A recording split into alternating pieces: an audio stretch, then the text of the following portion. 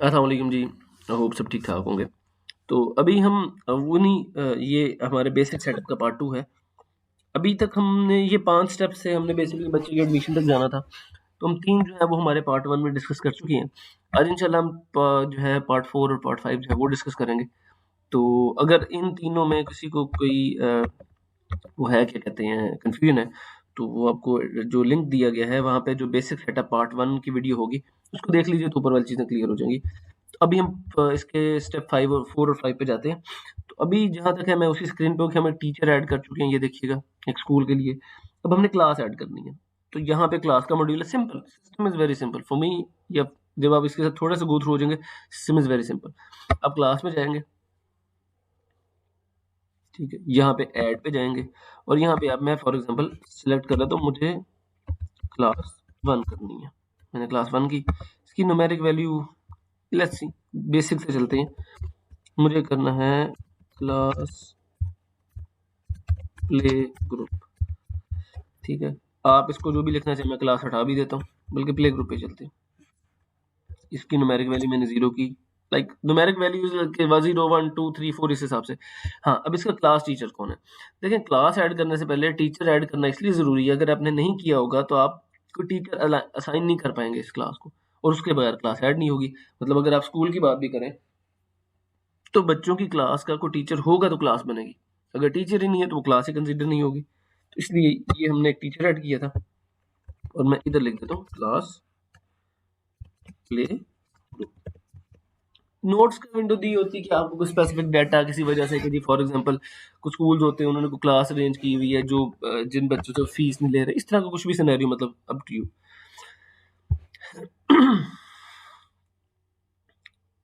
ये देखिए जी, हमारी एक जो है क्लास ऐड हो गई है। अगर आप क्लास को एडिट करना चाह रहे हैं तो आप इसको एडिट भी कर सकते हैं। ठीक हो गया। तो अब जो है हम अपने ये 4 स्टेप्स तक गुज़र चुके हैं। अब हम 5वें स्टेप की तरफ आते हैं। 5वां step a bit lengthy rather than the other 4 steps. लेकिन अगर आप मेरे साथ रहेंगे तो ये बड़ा ईज़ी हो जाता है कि आपको स्टूडेंट्स 1 बाय 1 ऐड करने पड़ते हैं। ठीक है? ये बेसिकली आपकी अंडरस्टैंडिंग के लिए है। अदरवाइज़ जब फर्स्ट टाइम आप लोग हमसे सिस्टम परचेज़ करते हैं, तो हम आपको ये ऑफ़र करते हैं कि आपके स्टूडेंट्स का डाटा जो है फर्स्ट टाइम हम ऐड अप करके दे सकते हैं। ये हमारी तरफ से कॉम्प्लीमेंट्री होता है। इसके हम कोई एक्स्ट्रा चार्जेस नहीं ले रहे होते, ठीक है? लेकिन उसके लिए हम ये इंश्योर कर रहे होते हैं कि अगर हम आपका ये, क्योंकि 200 स्टूडेंट्स 300 स्टूडेंट्स का डाटा ऐड कर रहे हैं तो इट विल टेक टाइम।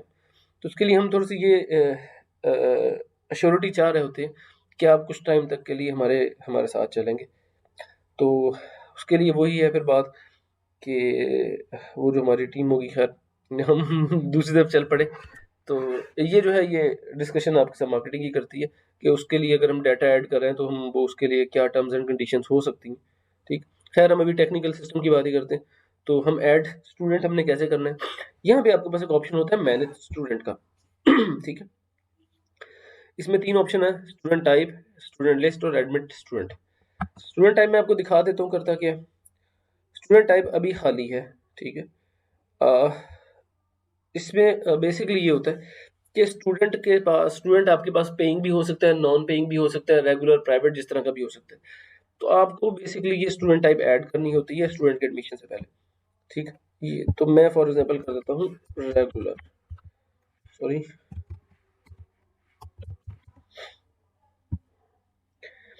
मैं अगर चाहता तो मैं एक क्या कहते हैं बिल्कुल डाटा सा डाल के रखता, लेकिन मैं बिल्कुल स्क्रैच से मुराद है बिल्कुल बेसिक से इसलिए स्टार्ट कर रहे हैं ताकि आपको जिस तरह का सिस्टम आपका स्टार्ट में होगा, हर तरफ खाली एंट्रीज कुछ नहीं होगा, आपको वो अंडरस्टैंड करने में आसानी हो जाए।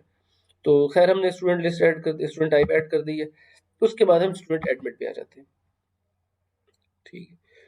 अब स्टूडेंट फॉर एग्जांपल हम एक स्टूडेंट एडमिट करने लगे हैं और मैं एक स्टूडेंट ऐड कर लेता हूँ फॉर एग्जांपल, इनका एडमिशन नंबर कोई होगा, मेरा ये पहला एडमिशन है तो मैं इसको बंद कर लेता हूँ। एडमिशन डेट जो भी होगी यहाँ से आप सिलेक्ट कर सकते हैं कैलेंडर से। बर्थ डेट जो भी होगी आप वो कर सकते हैं। मैं फॉर एग्जांपल 2015 की डेट कर लेता हूँ। जेंडर इनका फीमेल है। जो चीज़ें ये हैं ये लिखनी ज़रूरी है, बाकी अपने भी लिख, अगर इनका वाउचर नंबर कोई है वो आप कर सकते हैं। वाउचर नंबर लाइक सेंस कुछ ईवीएस स्टूडेंट होते हैं या कुछ हमारे पेफ्ट के स्टूडेंट्स होते हैं उनके लिए। फ़ोन नंबर मैंडेटरी है, और यहाँ पे वालिदैन का नंबर भी दे सकते हैं, बच्चे का भी नंबर आ सकता है इन केस ये अकेडमीज़ हैं या ऐसा कुछ है। तो खैर मैं 0 ऐड कर देता हूँ यहाँ पे। उसके बाद हम अगर नेशनल आईडी कार्ड है तो वो ऐड किया जा सकता है। उसके बाद स्टूडेंट की एकेडमिक इन्फॉर्मेशन आ जाती है कि रेगुलर है बच्चा, किस क्लास में जाना है बच्चे ने, किस सेक्शन में जाना है बच्चे ने। अच्छा, अगर आपकी एक क्लास के सेक्शन ज़्यादा हो सकते हैं तो वो सेक्शन कैसे ऐड करते हैं हम स्टूडेंट एडमिट के बाद जो हमारा बेसिक सेटअप 3 है उसमें ये चीज़ें शायद उसमें ये चीज़ें हम डिस्कस करेंगे। तो फिर उस पे आते हैं। सेक्शन इसका ए है, कौन सा ग्रुप है, साइंस आर्ट्स कॉमर्स जनरल। ये हमारा जनरल ग्रुप आ गया। इनका रोल नंबर क्या है, रोल नंबर 1 आ गया। ठीक है, अगर कोई रजिस्ट्रेशन नंबर है आप वो ऐड कर सकते हैं, मैं फॉर एग्जांपल 1 डाल देता हूँ। डिस्काउंट अगर आपने इन बच्चों को कुछ देना है या नहीं देना, ये जो चीज़ है ये बेसिकली डिस्काउंट वाली जो है ये हम जब फीस जनरेशन की तरफ जाएंगे उसमें डिस्कस करेंगे। तो नेक्स्ट वीडियो जो है हमारी वो फीस जनरेशन पे ही है, फीस जनरेशन कैसे काम करती है, उसमें ये डिस्काउंट वाली चीज़ हम वापस जो है कंसिडर करेंगे। फिर फादर का डाटा आ जाता है, मैं फॉर एग्जांपल फादर का डाटा ऐड कर देता हूँ।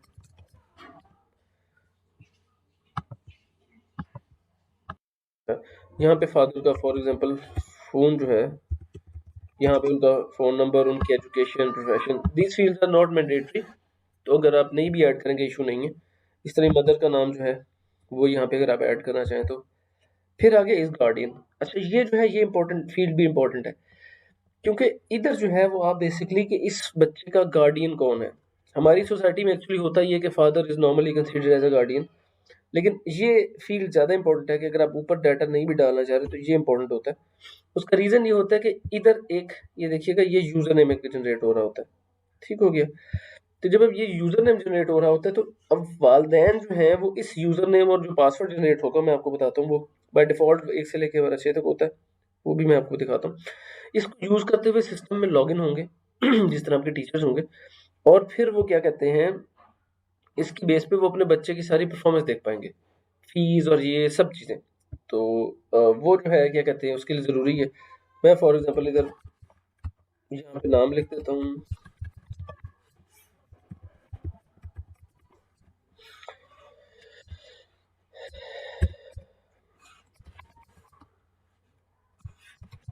ठीक हो गया। यहाँ पे बच्चे का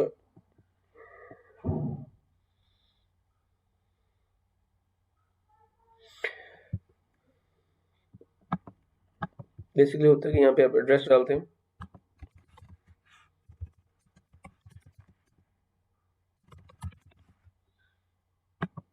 ये बच्चे का एड्रेस आ रहा होता है, ये वालिदैन का आ रहा होता है। इस पे क्लिक करते हैं तो ऊपर से आ जाता है ऐसे। ठीक है, उसके बाद अगर कोई प्रीवियस स्कूल है, ये यूज़र नेम पासवर्ड मैंडेटरी होता है, ये बच्चे के लिए यूज़र नेम पासवर्ड होता है। ठीक है, ये उन केसेस में होता है जब अकेडमीज होती हैं तो स्टूडेंट्स को आपने अलग एक्सेसेस देनी होती हैं, स्टूडेंट्स को एक्सेसेस होती हैं कि वो अपने उसके थ्रू देख सकें, अटेंडेंसेस वगैरह, और गार्डियन अपने थ्रू।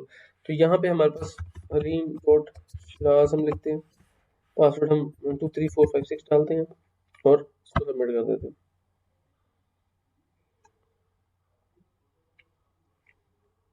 ये देखें। अब इसमें इशू ये है जो मैं आपको दिखाना चाह रहा था स्टार्ट में, कि जब आपने बेसिक बिल्कुल स्टार्ट करते हो तो सबसे पहले आपको अपने स्कूल में एकेडमिक ईयर सेट करना होता है। अगर एकेडमिक ईयर सेट नहीं होता तो ये मसले आते हैं।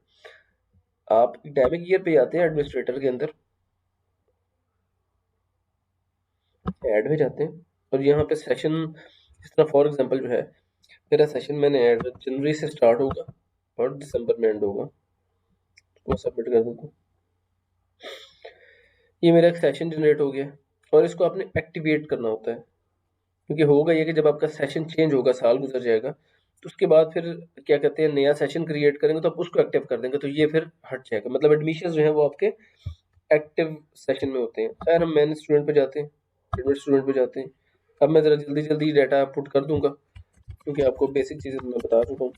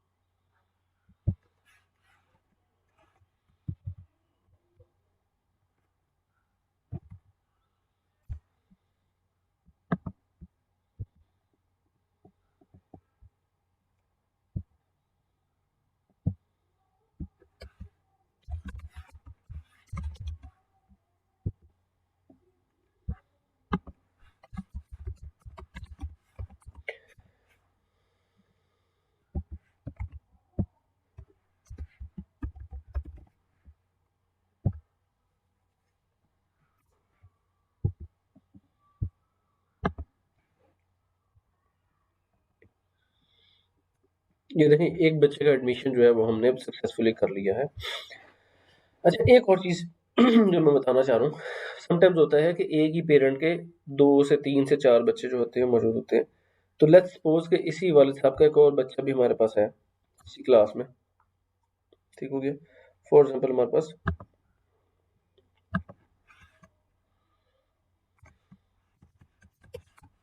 नर्सरी क्लास है, ये वही जो हम पहले कर चुके हैं, ठीक हो गया।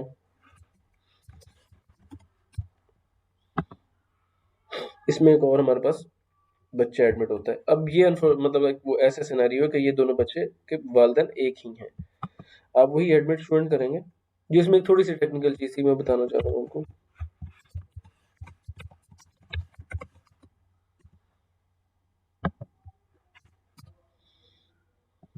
ये एडमिशन नंबर 2 आ गई हमारे पास, आज का एडमिशन है। ब्लड डेट भी अगर आज की है तो आज हम कर देते हैं, जो ऑब्वियसली नहीं होगी, लेकिन मैं जस्ट सिर्फ डाटा डाल के और जो चीज़ मेन डिस्कस करने वाली है वो करना चाह रहा हूँ। स्टूडेंट रेगुलर आ गया, देखिए अब ये क्लास है तो हमारे पास ये नर्सरी भी आ गई है। सेक्शन इसका भी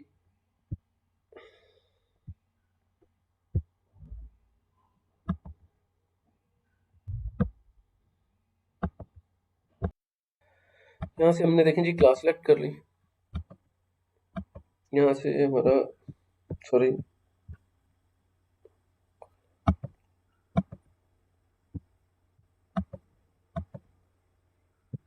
सेक्शन सेलेक्ट कर लिया, ग्रुप सेलेक्ट हो गया, फादर नेम आ गया।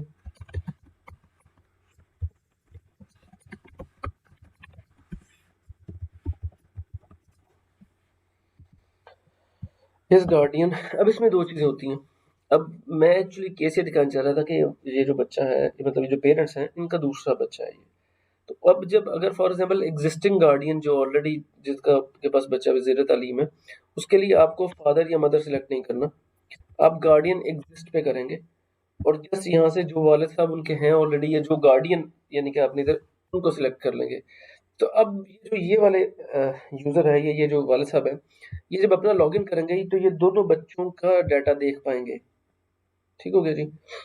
तो इस तरह होगा, यानी कि अगर एक वालिद साहब हैं, यानी कि एक पेरेंट्स हैं जिनके 2 से 3 बच्चे मौजूद हैं, तो उनके लिए आपको यहाँ पे फादर करके और वो सारा डाटा नहीं करना और नया यूज़र नेम नहीं बनाना, ठीक है? नहीं तो आपको उन वालिद साहब को अपने हर बच्चों को अलग-अलग देखना पड़ेगा। आपने गार्डियन एग्जिस्ट में जाना है और यहाँ से उनको सिलेक्ट कर लेना है, ठीक हो गया? उसके बाद सेम वैसे ही होगा, बच्चे का जो है वो क्या कहते हैं, बच्चे का यूज़र पासवर्ड आ जाएगा।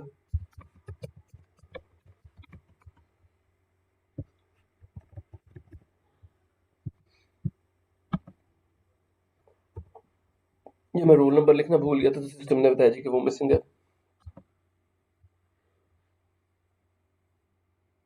तो ये देखें, ये नर्सरी में भी एडमिशन हो गया। अब आपने एडमिशंस देखने कैसे है कि किधर-किधर आपका कौन सा, मतलब किस क्लास में कितने बच्चे हैं। मैं आप स्टूडेंट लिस्ट पे जाते हैं और यहाँ से जस्ट क्लास सेलेक्ट करते हैं। तो इधर से प्ले ग्रुप के, सॉरी,